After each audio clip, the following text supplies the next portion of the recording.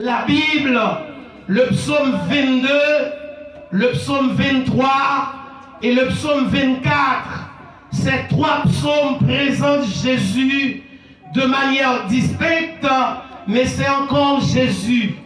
Le psaume 22 présente Jésus comme le Rédempteur. Donc, vous connaissez un Rédempteur, c'est celui qui vient pour racheter quelqu'un. Et c'est ce même personnage qui a exercé l'expiation de notre être. Parce que moi-même avec nous t'es perdu. Et lorsque nous t'es fin perdu, bon Dieu fait un plan. Il dit, il n'est pas d'accord l'homme perdu. Faut-il bien que lui fait une façon pour lui sauver l'humanité. Et bon Dieu, et il fait plan rédemption avec Jésus-Christ. Il voyait, il vient mourir pour sauver moi-même avec. Donc si vous lisez le psaume 22 bien, ou après il présentait Jésus comme le Rédempteur, comme le Sauveur. Donc un Rédempteur, c'est un Sauveur. Un Rédempteur, c'est celui qui vient pour racheter ceux qui étaient ou qui est perdu, parce que c'est fonction Rédempteur ça, ou bien rôle Rédempteur. Mais le psaume 23, il présentait Jésus comme le berger. Le berger, et ce n'est pas n'importe quel berger. Le berger, c'est un berger à nul autre pareil. Et nous voyons ce berger se présente en Jean chapitre 10. Si vous avez votre Bible, vous allez retourner avec moi en Jean chapitre 11, le verset 10. Vous allez voir ce que Jésus a dit. En Jean chapitre 11, le verset, Jean chapitre 10, excusez-moi, le verset et 11, il dit, je suis le bon berger. Et le bon berger, qu'est-ce qu'il fait? Il donne sa vie pour qui? Pour ses brebis. Donc, quelle est la fonction du berger?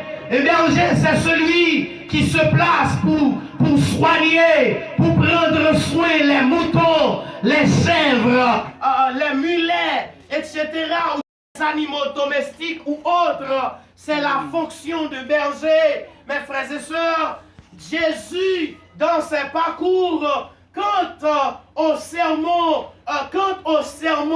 dans le vrai 7, Jésus se présente pour dire, je suis le bon berger. Et le bon berger, qu'est-ce qu'il fait? Il donne sa vie pour ses brebis.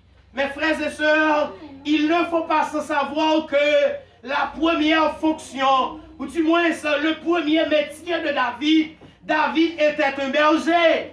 Bon Dieu avoir eu l'église. David, pas de l'autre fonction t'a fait, c'était un berger le taillé. Quand dans la forêt, David voyait comment il exerçait pas mal de diligence pour sauver les troupeaux de son père Isaïe. Et David dit, n'était-ce pas ce berger-là? Eh bien, je n'ai pas eu l'opportunité ça pour me devenir roi en Israël. Écoutez comment David a démarré le psaume 23, mes frères et sœurs. Relisons avec moi le verset 1er du psaume 23. Allons-y. L'Éternel est mon berger. La Bible dit avec. Et qui ça David continue à dire? Il dit, je ne manquerai de rien. L'Éternel est mon berger, je ne manquerai de rien. Cela signifie, l'Éternel est là pour me nourrir. L'Éternel est là pour me guider. L'Éternel est là pour me protéger. Et voyons ce rappel que a fait le psalmiste dans le psaume 46, le verset 1er. David nous dit, Dieu est pour nous un refuge, un appui, un secours qui ne nous manque jamais dans la détresse. Vous voyez que quant à ce berger, il est là pour nous nourrir, il est là pour nous guider, il est là pour nous protéger et il est là pour prendre soin de nous. Est-ce que nous ne pas contents matin parce que nous avons Jésus qui prend soin de l'église? Amen.